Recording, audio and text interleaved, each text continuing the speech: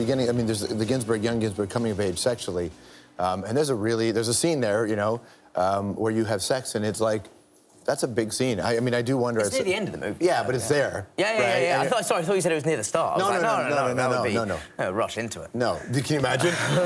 Doom, Daniel Radcliffe. Yeah, Jesus. Yeah. But that is, for people that haven't seen the film, that is not far from the position. Yeah. I mean, it must be so much interesting to be able to do that kind of stuff now. Yeah, I mean... Is it scary in a way? Not scary, but...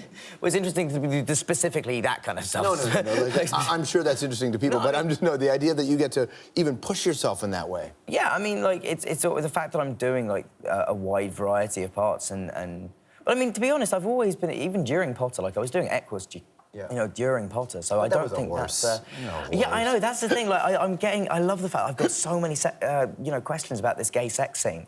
I've actually got more questions about it than, like, people asked about, you know, the content of Equus, which I find very interesting. Like, I'm getting more questions for playing a gay man than playing a seriously disturbed teenager. People just assume the horse, you know.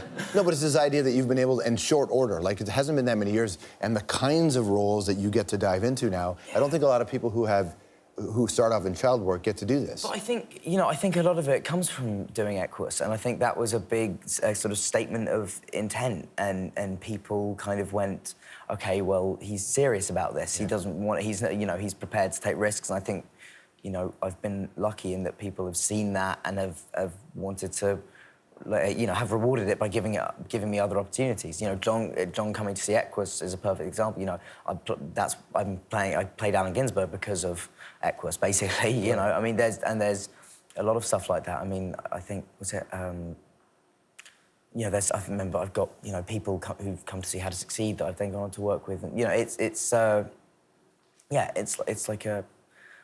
it's the great thing. You know, every job sort of.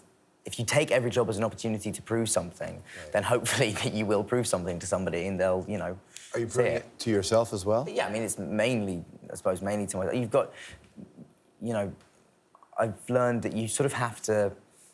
The only definition of success that can matter is your own, because, you know, everyone else in the world would...